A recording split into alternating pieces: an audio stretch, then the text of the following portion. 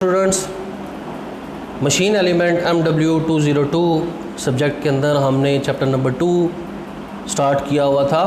इसका काफ़ी सारा हिस्सा हम कवर कर चुके हैं। आज हम इसका लास्ट पोर्शन जो कि इम्पॉर्टेंट टर्म्स रिवेटेड जॉइंट्स के अंदर इस्तेमाल की जाती हैं वो, और चॉकिंग एंड फुलरिंग एक प्रोसेस जो कि रिवेटेड हेड प्रोसेस के अंदर इस्तेमाल किया जाता है, वो भी हम देख लेंगे। सबसे पहले हम बात कर लेते हैं इम्पॉर्टेंट टर्म्स जो कि रिवेटेड जॉइंट्स के अंदर इस्तेमाल की जाती हैं, वो कौन कौन सी हैं। हम साथ साथ ये जो इम्पॉर्टेंट टर्म्स आपको नज़र आ रही हैं आपकी स्लाइड के ऊपर, स्क्रीन के ऊपर, उनको पढ़ेंगे, साथ साथ नीचे वो जो डायग्राम नज़र आ रही है उसको भी देखेंगे। सबसे पहले बात कर लेते हैं पिच की। It is the diameter, it is the distance from the centre of one two the centre of next rivet measured parallel to the same as shown in figure A. It is usually denoted by P. अगर आप नीचे दी गई diagram के अंदर A diagram के ऊपर focus करें तो आपको एक रिवेट के सेंटर से दूसरी रिवेट के सेंटर तक का डिस्टेंस, पैरेलल डिस्टेंस, बिल्कुल स्ट्रेट डिस्टेंस P के नाम से जाहिर किया हुआ नज़र आ रहा है, which is known as pitch. The next term back pitch. It is perpendicular distance between the center line of successive river as shown in figure B. It is usually denoted by PD. Dear students, अगर आप diagram B के ऊपर focus करें तो आपको PD लिखा हुआ नज़र आ रहा है। बेसिकली जो बैक पिच है ये दो सक्सेसिव रोज़ के अंदर जो सेंटर लाइन बनती है रिवेट्स की, यानी कि रिवेट के सेंटर में से गुजरने वाली लाइन, एक रो के अंदर जो रिवेट्स हैं उनके सेंटर में से गुजरने वाली लाइन, इसी तरह से जो सेकंड रो है उस सेकंड रो के अंदर लगी हुई रिवेट्स के सेंटर में से गुजरने वाली लाइन का जो दरमियानी फासला है which is known as back pitch. Diagonal pitch, जैसा कि नाम से जाहिर है कि ये डायगोनल हिस्सा होगा या डायगोनल मेजरमेंट होगी। It is the distance between the center of rivet in adjacent row of zigzag rivet joints as shown in figure C. It is usually denoted by B. आप लोगों को स्टूडेंट्स जो zigzag riveting है वो नज़र आ रही है डायग्राम C के अंदर। इसको हम डोनेट करने के लिए PD इस्तेमाल करते हैं। zigzag riveting के अंदर यहाँ पर हम चैन रिवेटिंग की बात नहीं करेंगे, हम जिगजैग रिवेटिंग की बात करेंगे। जिगजैग रिवेटिंग के अंदर आप लोगों का डायगोनल डिस्टेंस जो कि एक रिवेट के सेंटर से लेकर दूसरी रिवेट के सेंटर तक बनेगा which is known as diagonal pitch. इसी तरह से एक इंतहाई इम्पॉर्टेंट टर्म जो कि मार्जिन और मार्जिनल पिच कहलाती है, वो क्या होती है अभी हम देख लेते हैं।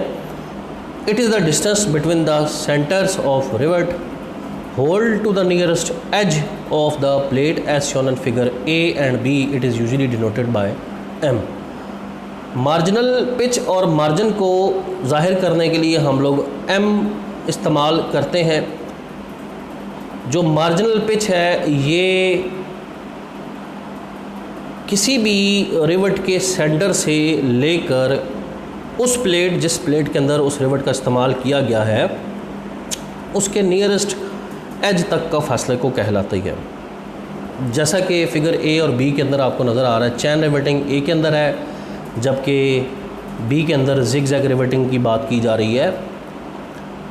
आप देख सकते हैं कि एक रिवेट के सेंटर से लेकर उसका जो नियरेस्ट कॉर्नर है प्लेट का, नियरेस्ट एज जो है प्लेट का, वहाँ तक का डिस्टेंस आपका जो है मार्जिनल पिच कहलाता है।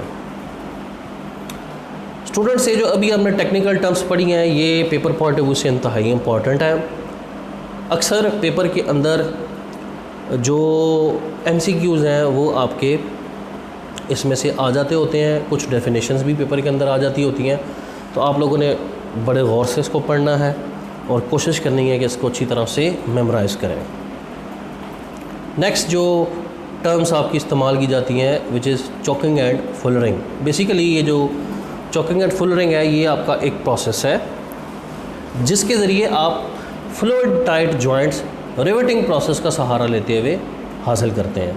इन order to make the joint leak proof और fluid tight in pressure vessels like steam boilers, air receivers and tanks, a process known as caulking and fullering is employed. अक्सर औक़ात हमारी जो ऑपरेशन है या जो हमारी एप्लीकेशन है उसकी रिक्वायरमेंट ऐसी होती है कि हमें एक ऐसा जॉइंट चाहिए जिसके अंदर से किसी किस्म की कोई लीकेज ना हो, चाहे वो लीकेज आपकी लिक्विड की फॉर्म में हो, चाहे वो गैस की फॉर्म में हो। आप अगर बॉयलर्स की बात करते हैं, आप अगर एयर रिसीवर्स की बात करते हैं, स्टोरेज टैंक्स की बात करते हैं, तो वहाँ पर अगर आप लोग रिवेटिंग का इस्तेमाल करेंगे तो फिर आप लोगों के जो जॉइंट्स हैं वो अच्छी तरह से लीक प्रूफ होने चाहिए। Leak proof joints with the help of riveted joints हासिल करने के लिए, रिवेट्स का सहारा लेते हुए लीक प्रूफ जॉइंट हासिल करने के लिए आप लोगों को चॉकिंग एंड फुलरिंग का सहारा लेना पड़ता है। बेसिकली जो चॉकिंग एंड फुलरिंग है ये एक प्रोसेस है जिसके अंदर हम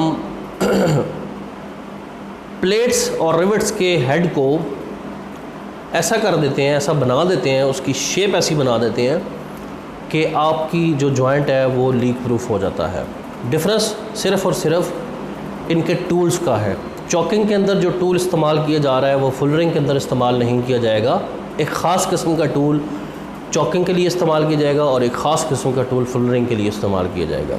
इन both processes edges of plates make bevelled at 75 to 80 degree by forcing down the edges with caulking and fullering tool. आप चॉकिंग और फुलरिंग टूल की मदद से दोनों प्रोसेस के अंदर एक ही काम कर रहे हैं। वो ये काम कर रहे हैं कि प्लेट्स जो है आपकी, जिनको आपने जॉइंट लगाया हुआ है, उन प्लेट्स कि जो एजेस हैं उनको आप 75 to 80 डिग्री बेवल कर देते हैं। ऐसा कर लेने से आपका जो जॉइंट है वो लीक प्रूफ बन जाएगा।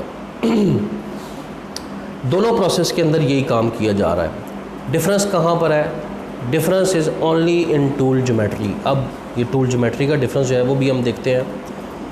Choking tool is about 5 millimetre thick and 38 millimetre in breadth. इसकी जो ब्रेथ है चॉकिंग टूल की वो 38 मिलीमीटर, जबकि उसकी जो थिकनेस है वो आपकी 5 मिलीमीटर है। जबकि fullering tool with the thickness at the end equal to that of the plate to obtain leak proof joint without damaging the plate. जबकि जो आपका फुलरिंग टूल है उसकी थिकनेस 5 मिलीमीटर ना हो के जितनी आपकी प्लेट है उतनी उसकी थिकनेस होगी। फॉर एग्ज़ाम्पल, अगर आप लोग 10 मिलीमीटर की प्लेट को लीक प्रूफ जॉइंट रिवेटिंग के ज़रिए ज्वाइन करना चाह रहे हैं और उसके लिए आप लोग एक ऐसा टूल इस्तेमाल करते हैं जिसकी थिकनेस 5 मिलीमीटर है, तो which is known as chalking process.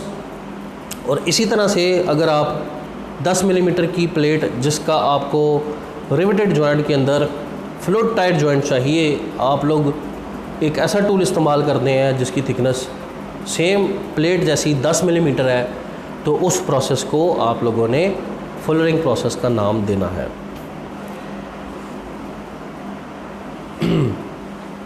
Thank you so much students. यहाँ पर आपका चैप्टर नंबर 2 ख़त्म होता है। नेक्स्ट लेक्चर के अंदर हम चैप्टर नंबर 3 के साथ हाज़िर होंगे। इस चैप्टर के अंदर हमने काफ़ी इम्पोर्टेंट चीज़ें डिस्कस की हैं। हमने शुरू में देखा रिवेट्स होती क्या हैं, उनकी शेप कैसी होती है। नेक्स्ट फिर हमने देखा कि रिवेट्स के जो हेड्स हैं वो कैसे होते हैं, कहाँ कहाँ पर उनका इस्तेमाल किया जाता है, कितनी टाइप्स हैं हेड्स की। फिर हमने देखा जो रिवेट्स के जॉइंट्स हैं वो कितनी टाइप्स के हैं, हम किस किस तरह से रिवेट्स को प्लेट के ऊपर लगा सकते हैं, ज्वाइन कर सकते हैं। एंड में हमने इम्पॉर्टेंट टर्म्स भी डिस्कस की हैं और चॉकिंग और फुलरिंग को भी डिस्कस किया है। पेपर पॉइंट ऑफ व्यू से ये चैप्टर पूरे का पूरा इंतहाई इम्पॉर्टेंट चैप्टर है। सालाना पेपरों के अंदर हमेशा इस चैप्टर में से क्वेश्चंस बनते हैं, तो आप लोगों ने इस चैप्टर की प्रिपरेशन अकॉर्डिंगली करनी है। Thank you so much. अल्लाह हाफ़िज़।